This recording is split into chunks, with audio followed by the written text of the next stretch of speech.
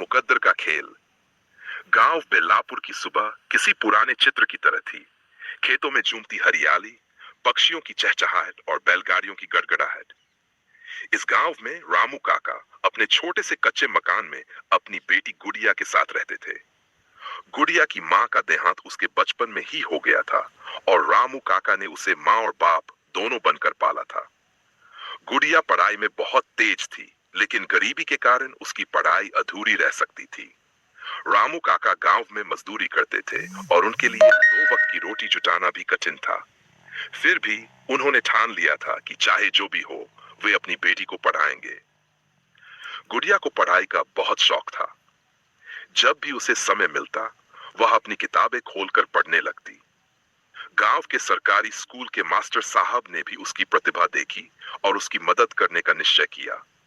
उन्होंने गुड़िया को शहर के बड़े स्कूल में दाखिला दिलाने की सलाह दी, लेकिन इसके लिए पैसे की जरूरत थी।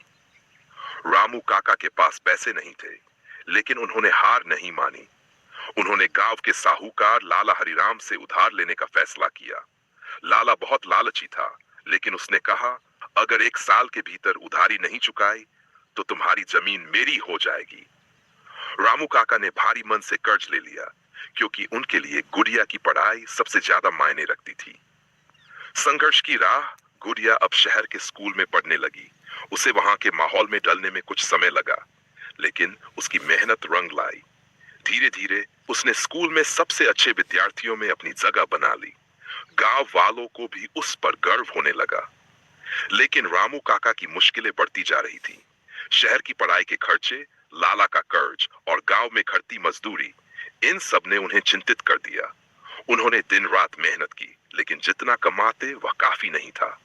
इधर गुड़िया भी अपनी पढ़ाई के साथ साथ घर की मदद करने के लिए कुछ ट्यूशन पढ़ाने लगी। वह स्कूल से लौटकर बच्चों को पढ़ाती और फिर खुद पढ़ाई करती। कर्ज का बोझ 1 साल पूरा होने वाला था और लाला हरिराम ने कर्ज की वसूली के लिए दबाव डालना शुरू कर दिया। उसने साफ कह दिया, अगर पैसे नहीं लौटाए तो जमीन मेरी हो जाएगी। रामू काका के पास कोई चारा नहीं था। उन्होंने गांव के मुखिया से मदद मांगी, लेकिन कोई आगे नहीं आया। निराश होकर वे अपनी जमीन लाला के हवाले करने को मजबूर हो गए। जब गुड़िया को यह पता चला तो वह रो पड़ी। उसने अपने पिता से कहा, बाबा, यह अन्याय है, हम अपनी जमीन नहीं गंवा सकते। रामू काका ने सिर झुका लिया, लेकिन गुड़िया ने हार नहीं मानी। उसने अपनी पढ़ाई के बल पर कुछ करने का फैसला किया। कड़ी मेहनत का फल, गुड़िया ने अपनी पढ़ाई पूरी करके सिविल सर्विस की परीक्षा देने का निर्णय लिया। उसने दिन रात मेहनत की और अपनी कड़ी मेहनत के बल पर परीक्षा पास कर ली। जब गांव में यह खबर पहुंची तो सभी हैरान रह गए।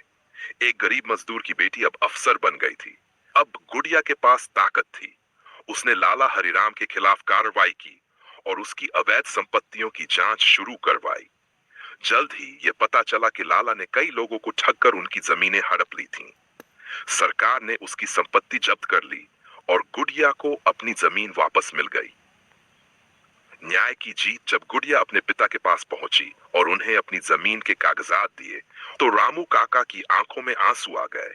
उन्होंने अपनी बेटी को गले लगा लिया और कहा, मुझे तुम पर गर्व है बेटी, तुमने वह कर दिखाया जो मैं कभी नहीं कर सकता था। गुड़िया ने मुस्कुराते हुए कहा, बाबा, यह आपकी मेहनत का ही फल है। अगर आपने मेरा हौसला नहीं बढ़ाया होता तो मैं यहां तक नहीं पहुंचती। गांव वालों ने भी गुड़िया की तारीफ की और उसे गांव की शान मान लिया। निष्कर्ष, इस कहानी से हमें यह सीख मिलती है कि सच्ची मेहनत और लगन से कोई भी कठिनाई दूर की जा सकती है। गरीबी कोई अभिशाप नहीं, बल्कि मेहनत और संघर्ष से हर मुश्किल को पार किया जा सकता है। गुड़िया की तरह अगर हम भी अपने सपनों के लिए डटकर खड़े हो तो सफलता निश्चित ही हमारे कदम चूमेगी।